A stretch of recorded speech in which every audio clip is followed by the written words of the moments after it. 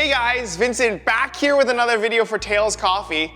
Today I wanted to talk about the 5 rules that I always follow when I do a pour over. A little bit that I want to talk about. This doesn't include like the equipment, not the water, not the beans. We're purely talking theories, and these are theories for the cone-shaped pour overs, so like the non-flat bottoms, okay? Let's get right into it.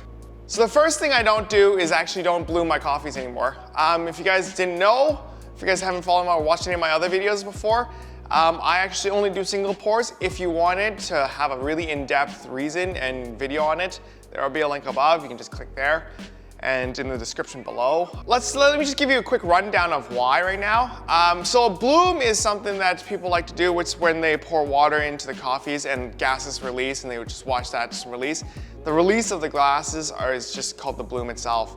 I think during the blooming phase, there's a lot of flavors that are being released, and for you to extract it, you need a lot more water.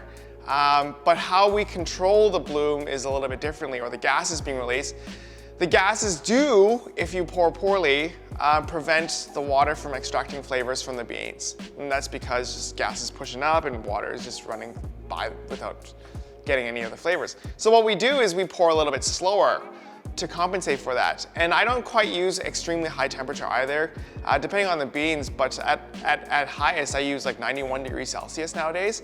And that allows me to control the amount of gases being released and the flavors that we're extracting. By pouring slower and using a lower water temperature, I extract the full range of the flavors that I'm expecting. Also, most of the flavors are released in the first 35 to 45 seconds, and in which time, if you're just waiting for the gases to kind of flow out, I don't really think you're extracting those flavors. So that is why I don't do the bloom, and I'm having great success with it so far. The second thing that I follow is I always have to set my filter and my grinds perfectly. A lot of times when I watch other people brew coffees, like especially when I'm teaching classes, or sometimes even when I'm going outside to have a different coffee like elsewhere, you know, I notice that people don't set their filters right, and it does bother me, nor do they have the grinds set in a shape that I think catches the water properly. So what I mean by setting the filter is, okay, for example, I pour with my right hand and I pour clockwise. Now why that's important is because on the filter paper, we have a seam. When we fold it, we leave this little fold on the inside. Even if it's just on the line, there will be a little fold. We'll show you a zoomed up version in a sec.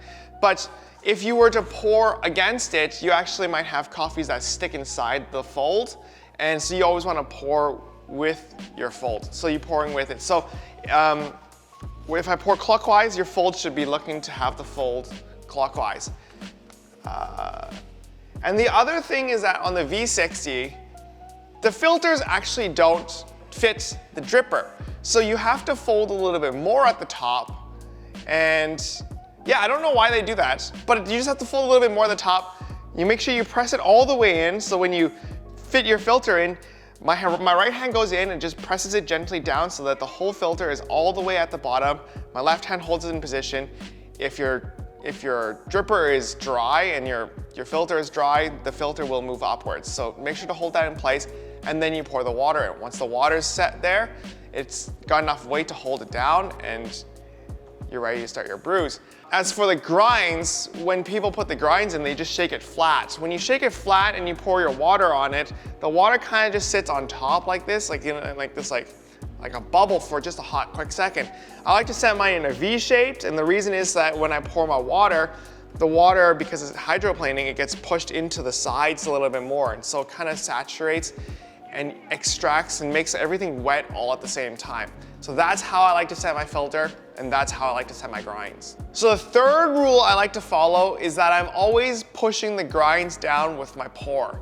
So what that means is when I brew my coffees, I start in the middle, the dead center, and we all know how like the gases or like the grinds start to float on the top. The grinds themselves are dark, and then there's like that creamy kind of whiter crema that starts to float up. The crema will always stay in the middle, or it'll just follow wherever your spout is. What you're doing when you're pouring is you're actually pushing all the darker grinds that are floating to the top down.